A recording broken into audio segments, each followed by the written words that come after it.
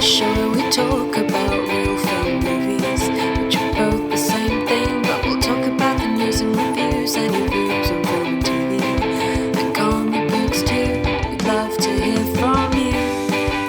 We hope you enjoy it too. So subscribe to Real Film Podcasts and Reviews. Hello and welcome to another episode of the Real Issues Podcast, the podcast where we discuss the important issues in film, TV, comics and gaming. I'm your host for today and I'm joined by co-host Rob. Hi.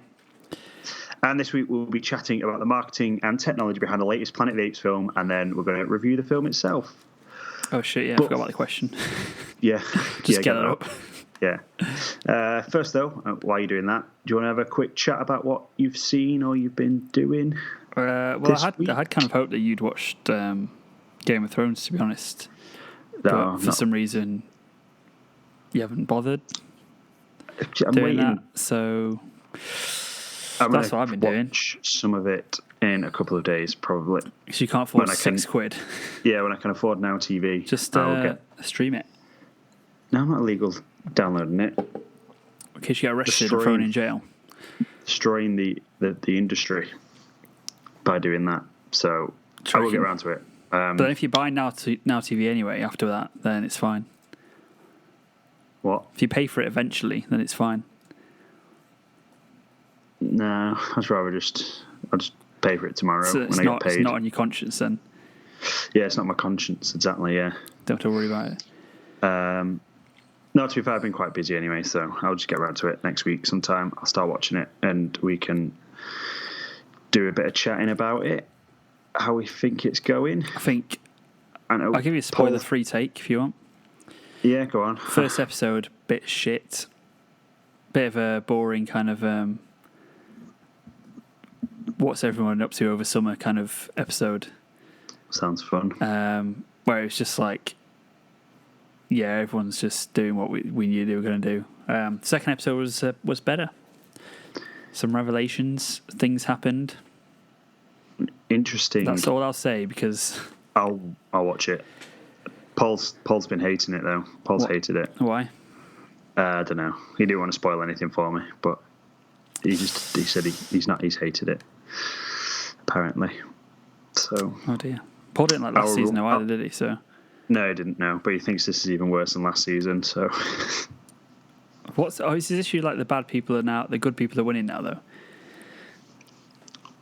No, I don't think so. I don't really know. He just doesn't like the storylines anymore, I don't think. Paul, write in, Paul. Yeah, give us a big explanation about why you don't like Game of Thrones anymore. Or you could write an article for us. Yeah, write an article about it, Paul. That'd be interesting. I'd read that. That'd be interesting. I would read that.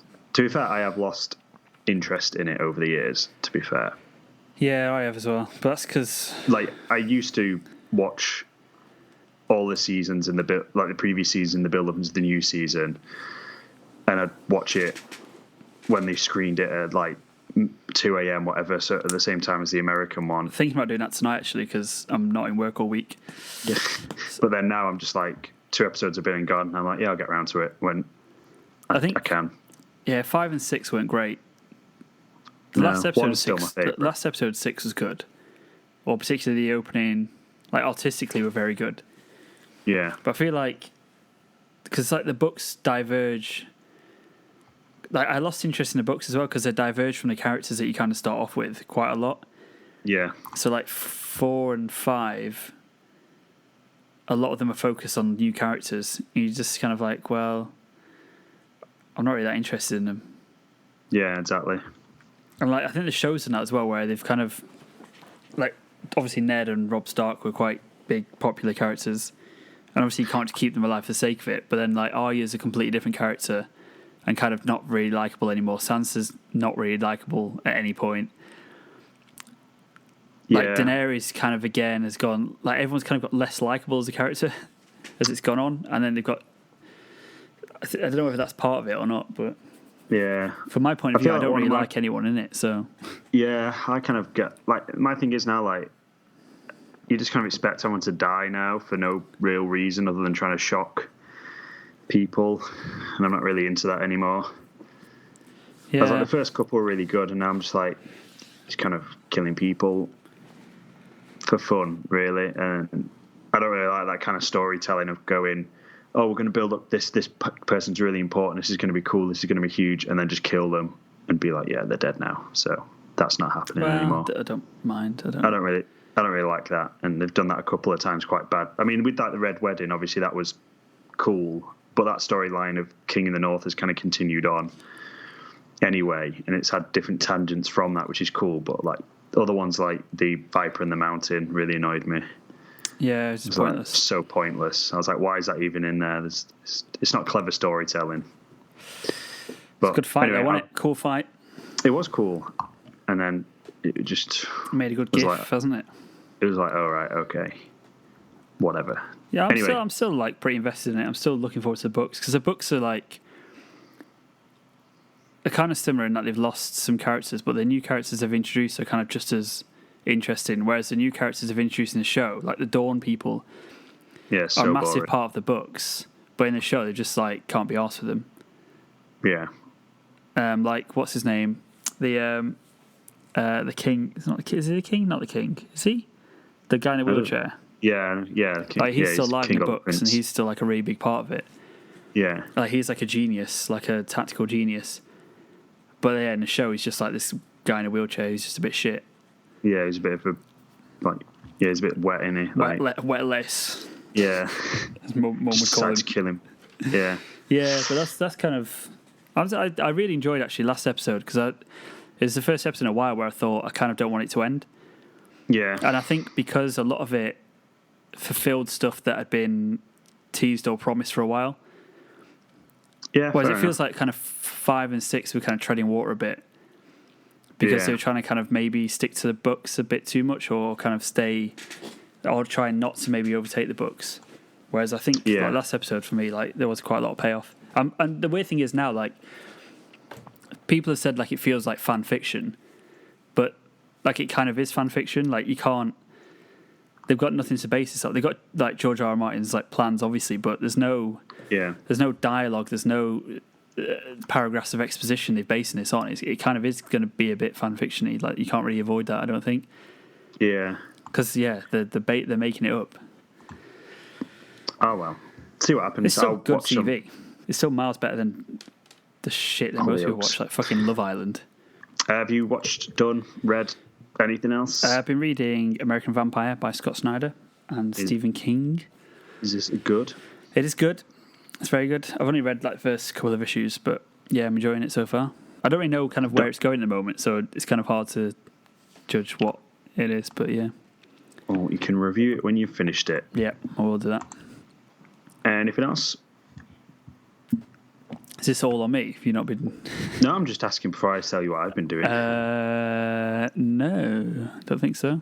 Well, apart from I've been rewatching Buffy, actually. Buffy good? Buffy's great. Cool. I love Buffy. Have you watched Buffy? I've not seen Buffy. You should watch Buffy, it's great. Yeah, there's a lot of things I should watch.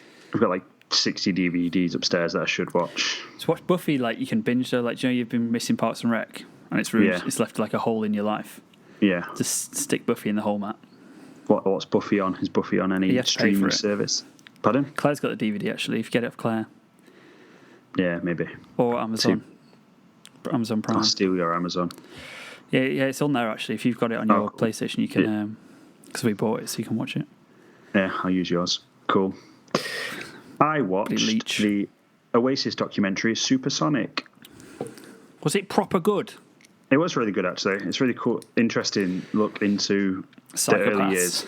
Because they they just exploded out of nowhere, really. Within, like, it's really interesting because it kind of, it's all, like, this is, like, new interviews with all the, like, Liam Gallagher and Noel and stuff like that and the mum. But it only kind of... She just, like, really depressed. No, she's kind of like, I'm really proud of him. She's like, I wish it had gone differently sometimes. But, I wish you weren't both massive bellends. Yeah, pretty much. But it only spans like 3 years from them getting together to what is kind of really considered their like high point, where they did this like massive gig that you just don't kind of get things like that anymore. And it's kind of really interesting that at the end of that, both Noel and Liam are both saying, I feel like like after that, it felt like it was only going down. Like we were only, like that was the pinnacle. But then they stayed together for another like 10 years, which is interesting. That they both kind of felt like, all right, maybe we should have called it a day there and then. But they like stayed together for another 10 years, which is kind of interesting. It's very honest, like look at their relationship and the band and everything. It's made by the same guy who did Amy, the one about Amy Winehouse. Oh, yeah, that was good. The Senna one as well.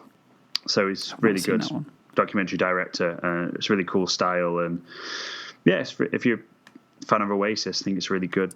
It's quite funny as well, because obviously there's a bit where, like, they did a fight once, Liam and Noel, and Noel smashed him over the head with a cricket bat, apparently, which is you hit pretty me intense. in the face with a golf club, so... Yeah, and there's a bit... Yeah, that was an accident, but...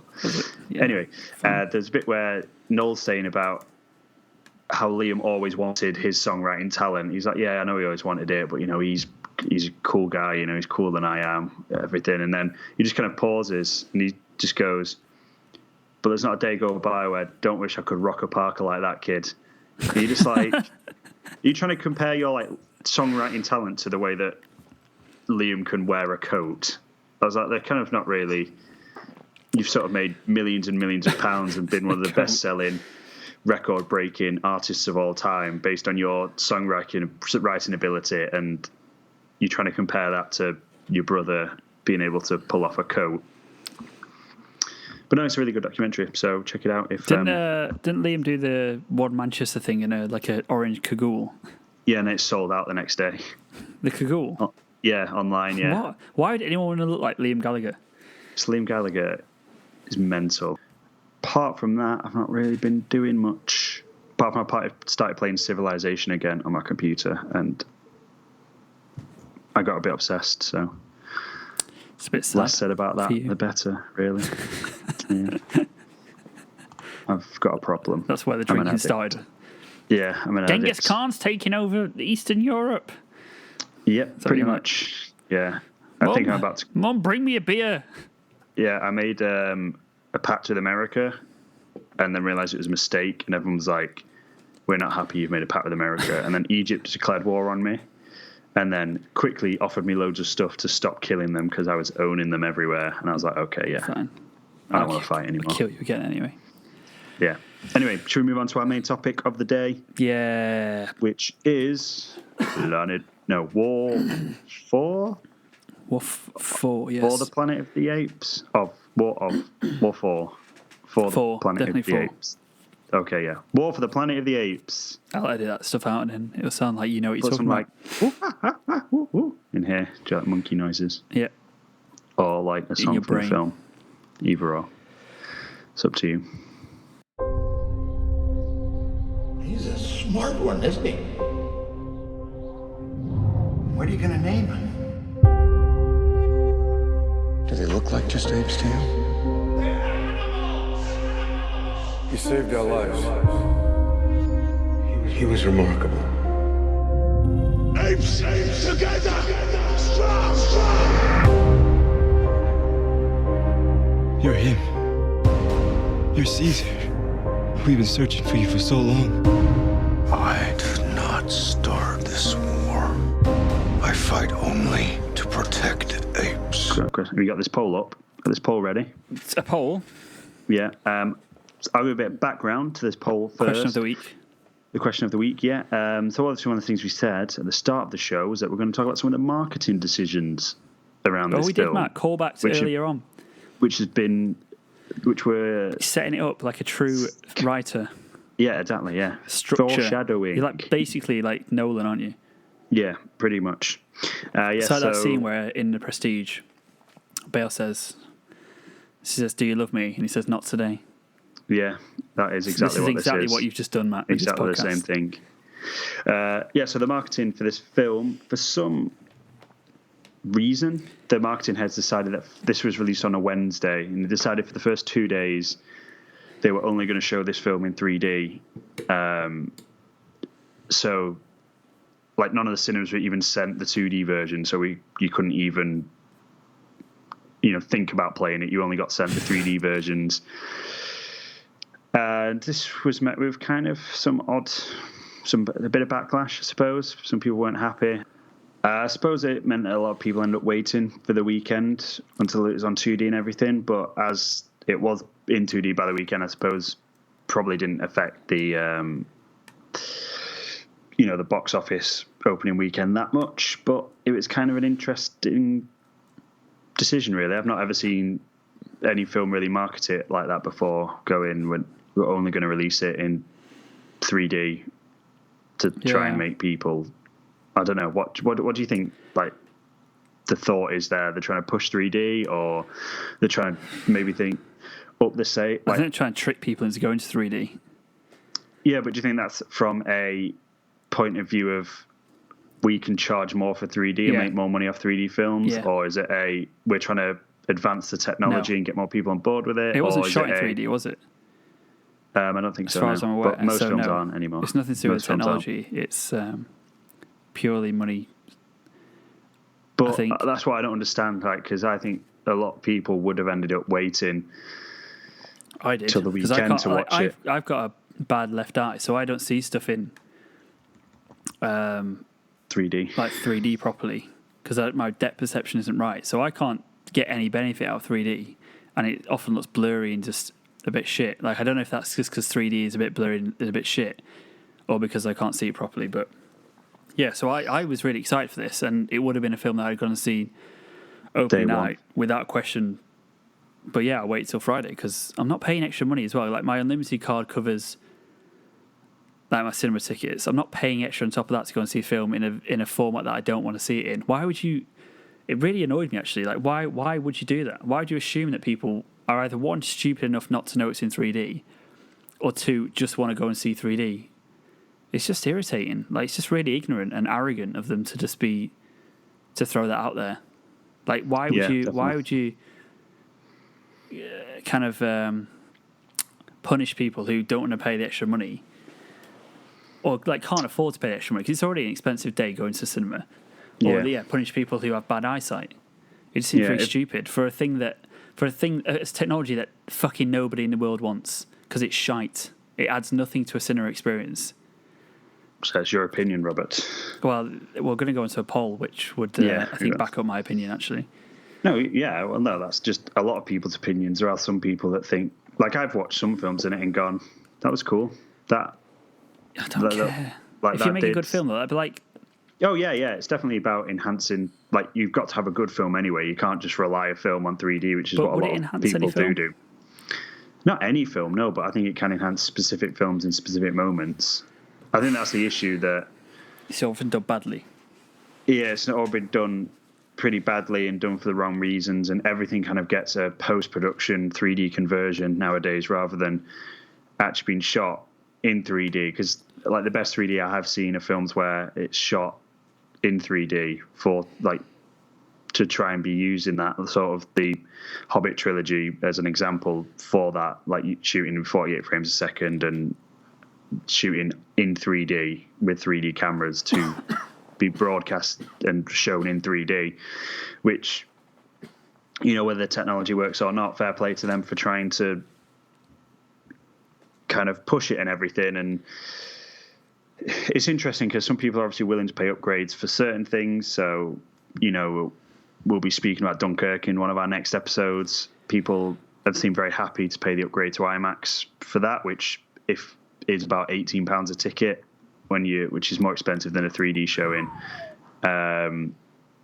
Even that, like some cinemas have like bigger screens and stuff like that based on that have better resolutions and surround sound and stuff. People at least Dunkirk pay was extra shot for that in IMAX. Yeah, exactly. So it's made IMAX for that format, IMAX. which is the thing that annoys about 3D is that a lot of the time it's not made for 3D, and it's just a quick, horrible cash grab for extra money. Yeah, exactly. Yeah, because they can charge, and the cinemas like it. That's the thing that always puts me off IMAX as well. The thing that always puts me off IMAX is that it's always in 3D. So I've not seen anything in IMAX for years since The Hobbit until Dunkirk, because Dunkirk is the only film in our local IMAX that have shown a film in 2D in IMAX. Yeah, that's what I mean when they're showing it. I would splash out on IMAX if it's 2D. Yeah, exactly. That's kind of what annoys me about IMAX nowadays. Is it is definitely an experience I'm willing to pay more for. Like again, we'll get into it when we speak about Dunkirk, but like with it being 3D all the time, it's like you end up paying nearly £20 for a ticket for something that you don't actually particularly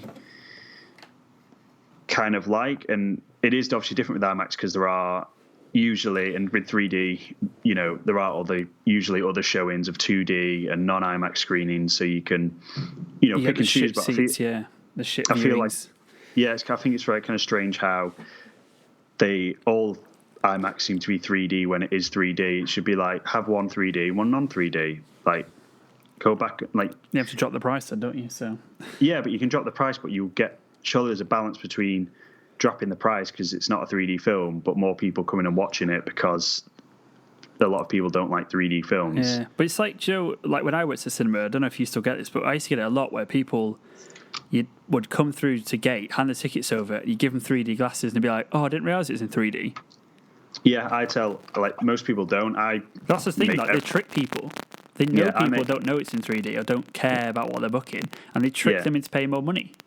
Yeah, although to be fair, that usually is really clearly stated if it is a 3D showing. So it's kind of the customer's fault if they don't know it isn't. But I always tell people, I always say, they go, "Oh, can I book for Spider-Man?" Yeah, is it the 3:15 one? Yeah, it is. It's a 3D showing, is that okay? And usually like, "Oh, is it?" And I'm like, "Yeah." Yeah, it says 3D next to it, mate. Yeah, it says Spider-Man Homecoming 3D. So, but I always double check with people because, especially now we like charge for glasses as well. That you know, it's a bit of a Swizz, mate.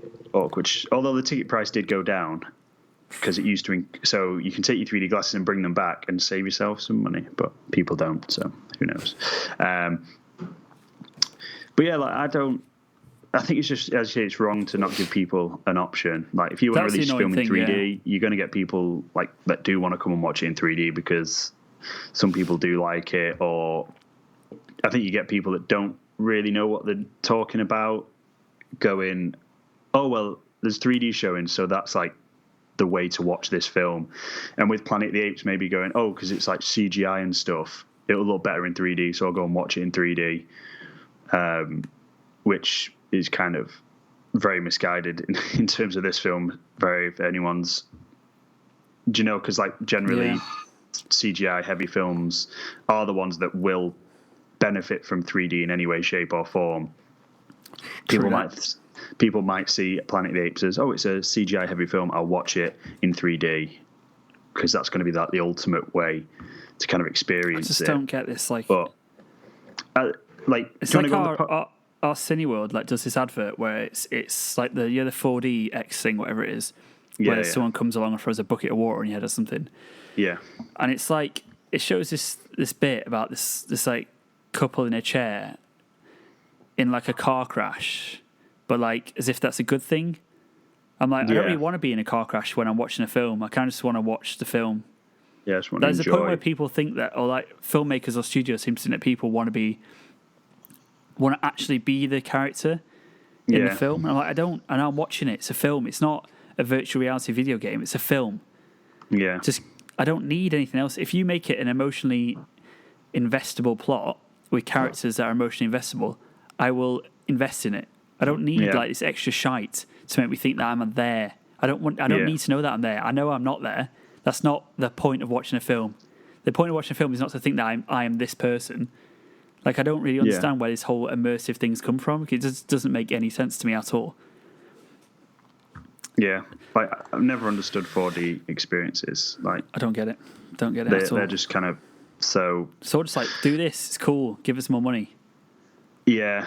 It's like I can see why 3D is a thing because obviously people are always looking to, you know, advance the technology and try the new thing. Because if people didn't, then we'd still be watching silent films at, you know, 16 frames a second, 13 frames a second, whatever it was. And obviously that meant when we started syncing sound, you had to do it at a higher frame rate so that it actually like synced up properly.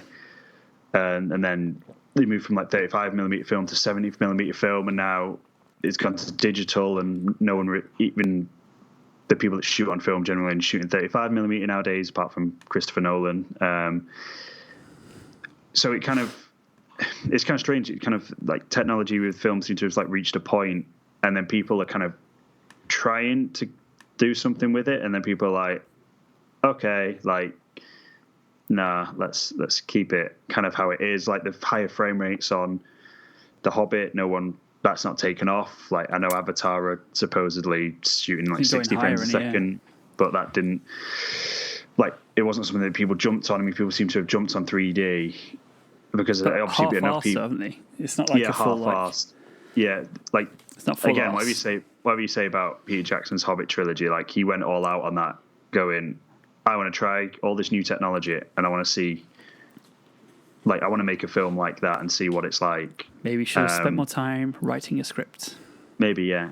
But then, obviously, everything's like digital nowadays as well. So you just think, like, where does it really go from here? Like, that's what I mean. I think it's just people just doing stuff because they kind of can. Yeah, rather than they should. Yeah.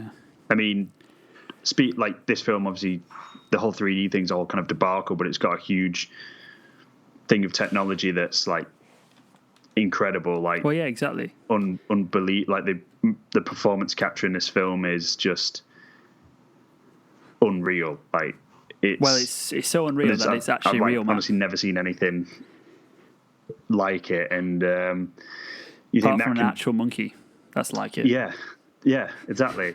But this is cooler because the monkey's talking. So I wonder, like, from the beginning of cinema, right? Would it have taken longer to train monkeys to act in films, or develop CGI technology? What would have taken longer? You can't get the monkeys to speak.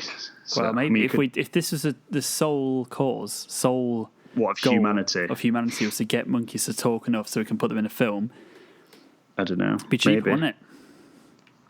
Do you want to go on to the poll? I'll do the poll. This is poll mainly thanks to Ken Major, who he kind of tweeted saying, I'm not planning on seeing Apes until the Saturday. This was like 3 weeks ago.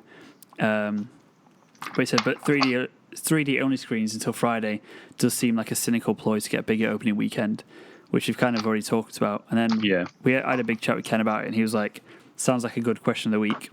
So it's our question of the week. So it is the question of the week, sponsored by Ken Major. I've lost it now. I've lost it. Here we go. Smooth. Here we go. Got it. So I basically asked, would a film be released early but only 3D put you off seeing it? 42% said, I'll wait, 3D is garbage. 52% said no, but I'd rather see 2D. And 6% said no, I like 3D. Overwhelmingly. Yeah. Anti-3D, I think. Yeah. See, my whole thing on 3D is I would prefer to watch it in 2D, but if the showing that's in 3D is a better time, I'll just go and watch the one in 3D. So the thing is, I would specifically go and watch it in 3D. I was really tempted. Like, I was talking to Hat, and I was like, "Oh, actually, it's out Wednesday. Do you want to just go and see it anyway in 3D?" And I was like, "No, I'm not. I'm not putting my money and my stats towards this. I don't want this to be a success. Yeah. I don't want to encourage this. I'll wait till Friday to watch it. Yeah, I don't want to encourage. I don't want to this sort of forcing and limiting behavior. People. So we've got some some feedback. We Have a Hulk said 3D only irritates me because the whole glasses on glasses thing. Oh, and if you don't have an unlimited card, it's pretty expensive. And then someone else said something else, which is not on there. That's good. Someone else said something else at one point in their life. Ben Fenlon said, Dredd was only released in 3D in 2012 and nobody bothered. I went opening day and only about 10 people in my screening. And I was like, yeah, I can't remember. I didn't really know much about Dredd.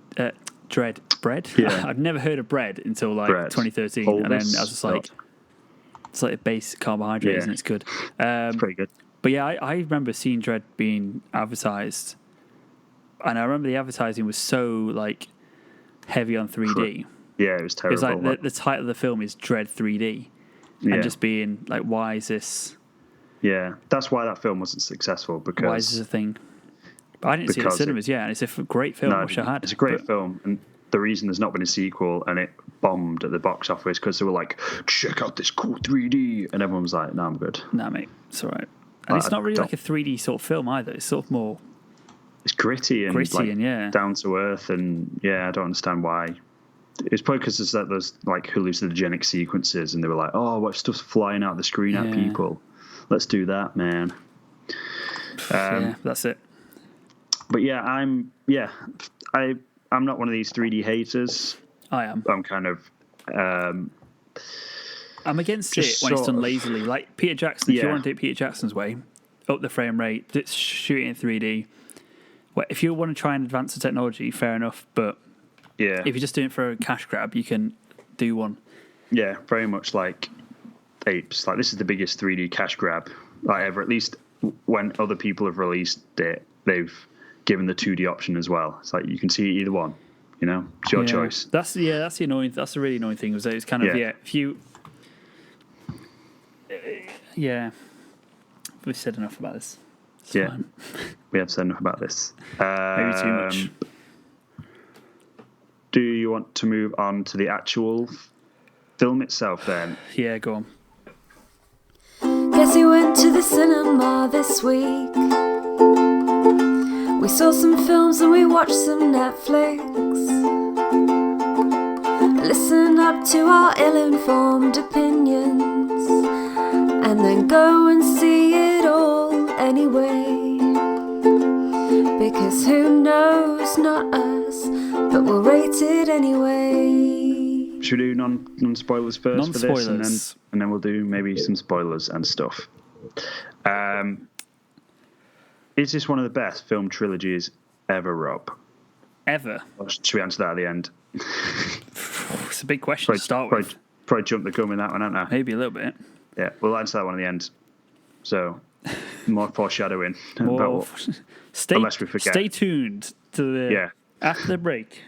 We might forget to answer that It's question. like when they put the best guests on Graham Norton at the end, so you stay and watch it all. Yeah, exactly. Sneaky But then bastards. they put like someone like Ed Sheeran singing on, and you're like, no, I'm tuning out. See you later. Get ready to see you later, mate. Yeah, I'm going to bed. It's 11:30. I'm going. It's 11:30 on a Friday night. I've had enough. I'm going to bed. Not enough to drink to do with Ed Sheeran. There's not enough beer in the world. What did you think of this film then, Rob? What did you think of War for the Planet of the Apes? Very good. Emotional. And more emotional than you kind of think it probably should be when it's primarily about monkeys. Yeah. Is it more emotional because it is monkeys and not real people? I feel like it probably is, to be honest. I'm one of these people, who kind of, when I see like an animal or a child in pain and horrible things happening to them, I feel kind of a lot more for them. Yeah. Because you kind of feel like they don't understand it or can't deal with it as well as like a normal adult. Do you know what I mean? Plus, normal adults are generally terrible human beings, so they deserve everything that happens to them. Exactly. Yeah. So this is the third film in the trilogy of the reboot, I suppose. Yeah. Prequel, I guess. Prequels of Planet of the Apes. And I can't remember what happened at the end of the second one, to be fair.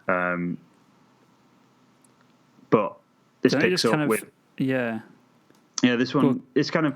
Because in the last one, I know people were like, well, there's not just going to be a continuation of the second one because there was like war in that.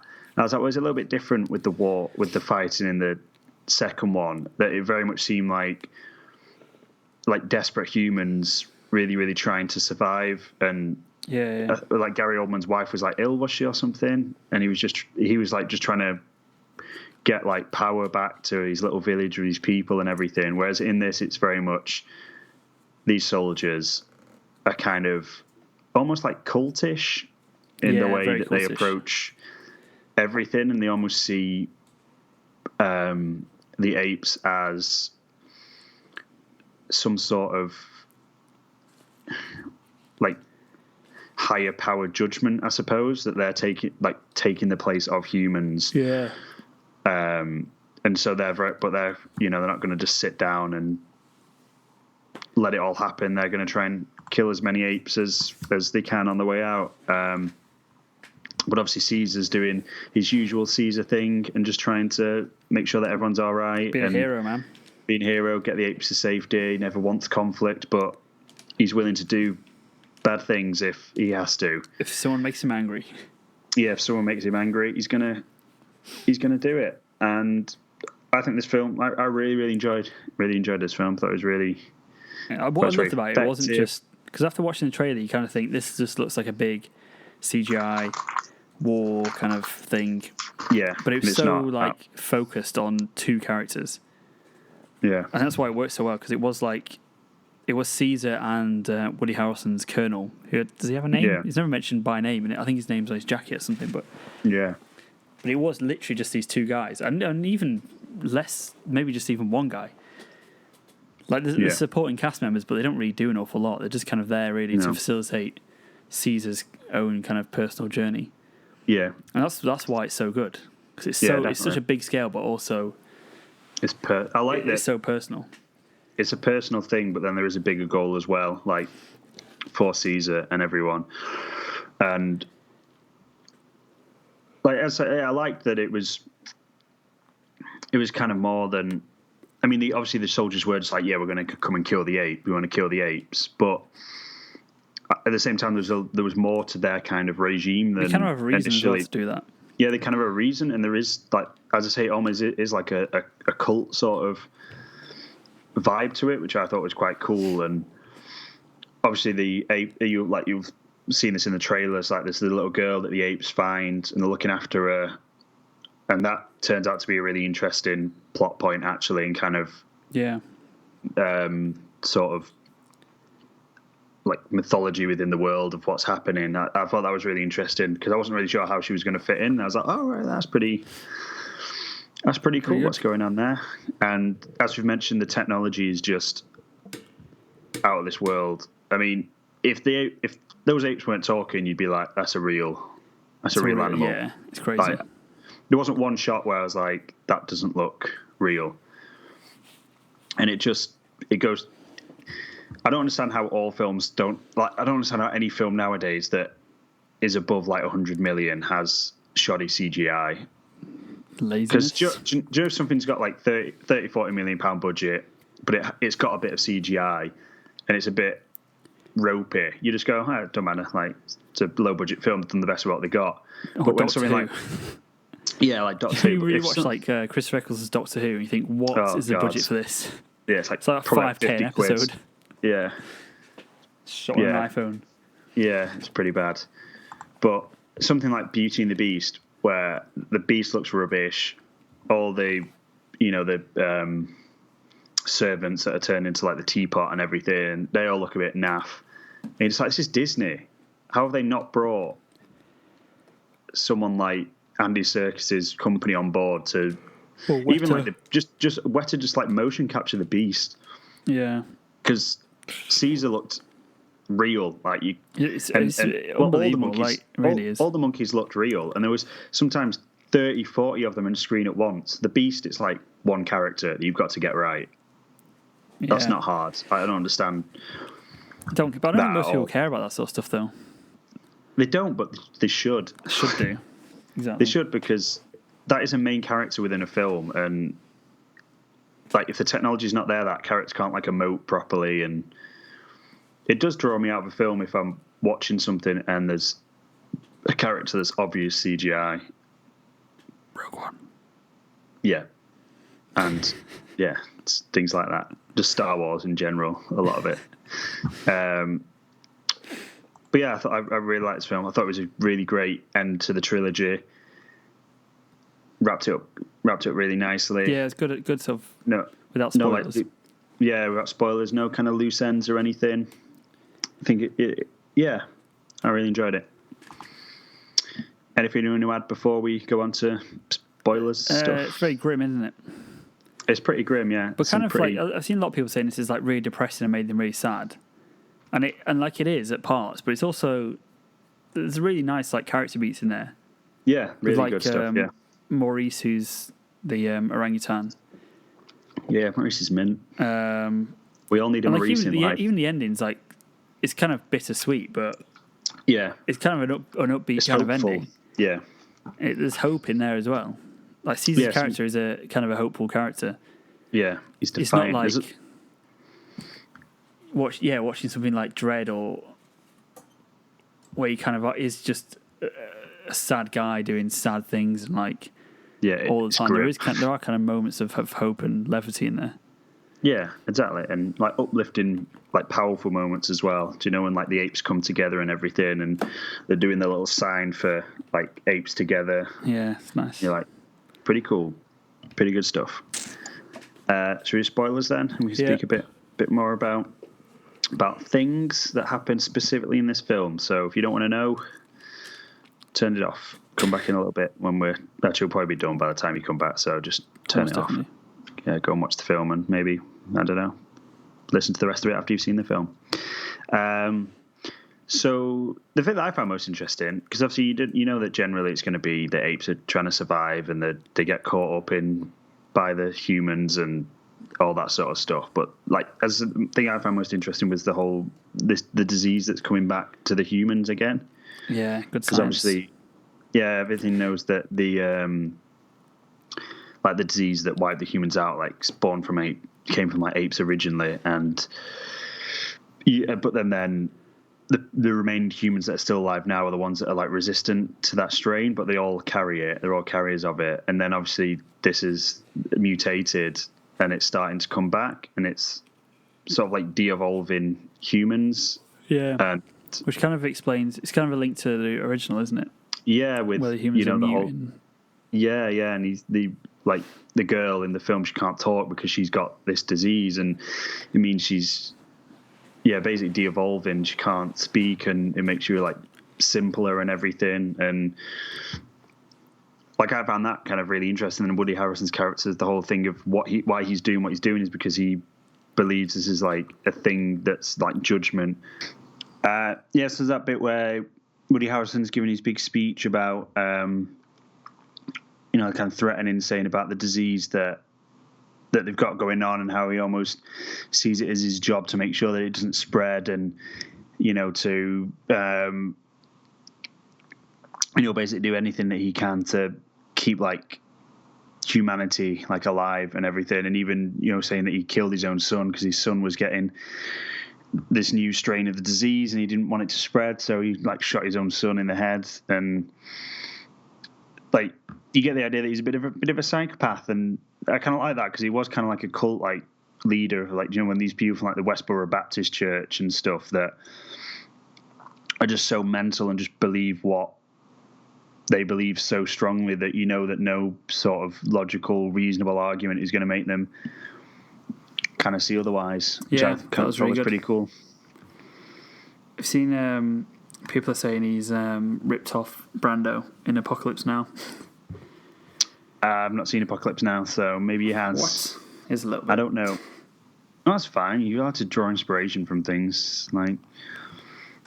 But I can safely say that Apocalypse Now and War for the Planet of the Apes are different films. Well done. Mainly because one's got talking apes in it, so I'm sure it's okay to take a little bit of inspiration for a character from another film. Good. I suppose the other kind of big spoiler thing is that Caesar dies, Rob. Caesar dies at the end of this film. He does. It's quite sad. What do you feel about that? Sad, but also it's probably the right thing to do. Yeah, in terms of kind of the trilogy. Like, they can carry on the trilogy if they want, but they've also... Like, this trilogy was always... It wasn't like Planet of the Apes trilogy, it was Caesar's trilogy, really. And, I don't think there's kind of another way you could really... Like, he's... Like the Batman quote, you either die a hero or you see yourself live long enough to become the villain. Yeah, which is what he kind of... And kind of like, he almost started becoming that, but then, led them all to safety and then died, which is... Yeah. Well, I think Andy Serkis said this in like an Empire podcast where he's saying, like, you don't now, like, Caesar's died an icon. Like if you think about like all the like Churchill is like is always said as like one of our great prime ministers, and he was like a great wartime prime minister, but in actual politics he was actually quite shit. Yeah, he was, And so it's kind of like never relinquished power when he should have done, when he was like ill and he had like 2 strokes and stuff and didn't tell anyone because he didn't want to be asked to step aside and everything. And he was, even though that was like what would have been best for the country and stuff. So Andy Serkis was saying like, it's best that he's gone at like his peak almost. Yeah. When he's kind of he's achieved what he wanted to achieve and to kind of Well, that was sort of it, isn't it? Like, obviously, he's injured Sort of legacy. a lot of time, but he always just keeps going. He never stops because all he wants is for his people to be safe, and it's kind of that thing of they're at safety now, and finally he's just like, all right, I can let go now. I can die. That's fine. Yeah, for me. Yeah, I mean, what did you think of how all the humans that all came to a head with? There's obviously this other group of soldiers coming down from the north to I thought it was really cool. kill Like Woody Harrelson because he's a nut job, as I said, and they want to get rid of him. That. Yeah, I thought it was a really cool twist actually that I didn't see coming at all. Yeah, I don't know. I thought it was really cool. Like I think the titles for all these films have been absolutely appalling. Yeah, the title's been horrible. So the title is kind of. I hate when films are called like 1, 2, and 3, but I kind of wish they'd just done that. Yeah, just call it Planet of the Apes 1. But yeah, I kind of did that. So the title's kind of misleading in that sense. It's not really more for the Planet of the Apes. Or I suppose it kind of is, but amongst the it doesn't really it's not really what the film is for me anyway. But I know some people have been annoyed at that because they're kind of like, it's not really a war for the planet. Like it's all the people fighting and the apes are just involved. I think that's I thought it was kind of that's a really cool twist. I thought it was a really cool twist. Didn't see coming. Like you would get that as well. You wouldn't just have humans versus apes. You'd have humans versus humans and different sort of fractions. And like we saw a fraction in the ape camp, like in the second film with Cobra and exactly. Like their different views Caesar, of Cobra wanted to kill all the humans and stuff, and Caesar being like, no, like this, they're not our enemy. We're just we can coexist, sort of thing. I mean, like maybe it was a little bit too clean, like the ending for the humans that, the facility gets blown up and all of Woody Harrelson's men die, and then all the army from the north come running in, and then there's a massive landslide of snow from the big explosion, and all of them die. And you're kind of like, I mean, it's maybe a little bit too clean, but I didn't mind it too much. Yeah, I didn't. Because the rest of the film was pretty great. Wasn't bothered really, like. It's one of those ways where you could end the trilogy there, but if they kind of want to do a bit more, they could do a bit more if they want. So I think it's probably a good ideal ending. end, I think. So we'll go back to the question, Rob, that I asked you at the start. Like, is this one of the best set of trilogies ever? Ever. It's probably one of the most consistent. Yeah. If you think of even The Godfather Part 1 and Part 2, then you've got Part 3, which isn't as good. I mean, Lord of the Rings is up there, obviously. Dark Knight trilogy. But again, a lot of people don't really like. I said this in my review, actually. I was like, I did say in my review it's probably one of the best trilogies of our time. I didn't say of all time. And then, or kind of pop culture trilogies, or like blockbuster trilogies anyway. Yeah. I did mention Dark Knight, saying but I think Nolan probably finished on the worst film out of the trilogy, whereas I think this probably finishes on the best film. So I think that kind of affects your view of it a little bit. Yeah. Well, so you think this one's the best out of the three then? I think the first one's definitely the worst. And that's not to say it's a bad film, but no, I think the thing with that film, I need to watch this again, probably. Yeah, I think with this film they didn't expect it. The first one, they didn't expect it to be kind of a success, or as successful as it was. It was kind of like, oh yeah, you're that kind of funny franchise, Planet of the Apes. Yeah, we're going to reboot that.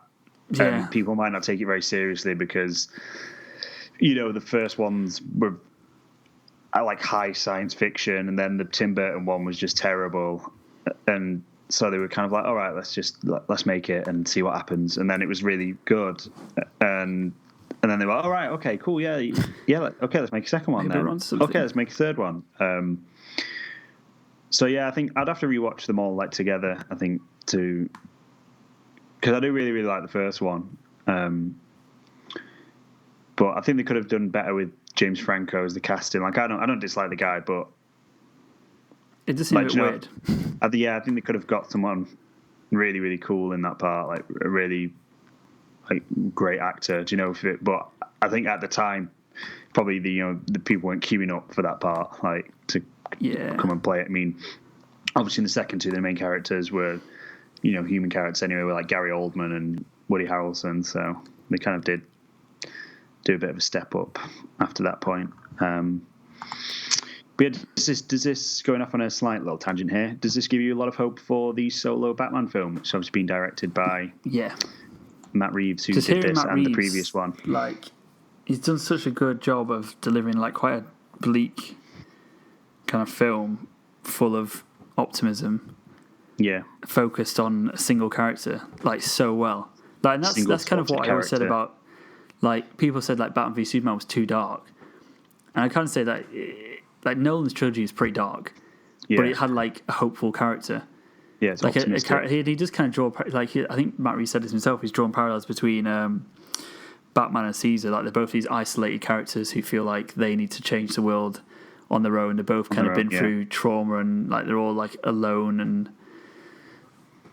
they're the ones who kind of feel responsible to make a change and stuff.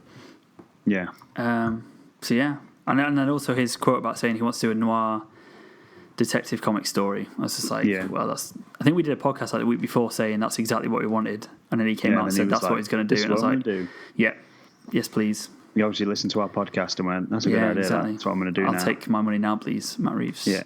But he just seems like a really smart guy when he's interviewed and stuff like about. Like, and it's just great to see like a blockbuster about a character rather than it's about shit exploding, stuff like that. Yeah, definitely. And I think that is everything. Yeah. For Planet of the Apes, it's a really good film. There's some really great stuff out at the moment, actually. There is. It's got Baby Driver, Planet of the Apes, Spider-Man, Dunkirk. Some really good stuff out. So you can be spoiled for choice if you're going to go and watch stuff at the cinema. But this week we're saying go and watch War for the Planet of the Apes. Yeah, I'll be finishing probably as well. Yeah. I was saying that I want to go and see Baby Driver again next week, but it's only on like 9 o'clock at night. So I'm off. I'm off on my own all week. 65, so you can't go and watch a film that late at night. Yeah, it's fine.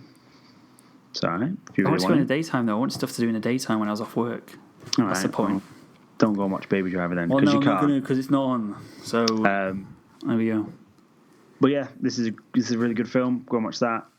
And stuff that's also great is our Twitter page and our Facebook page and our YouTube page.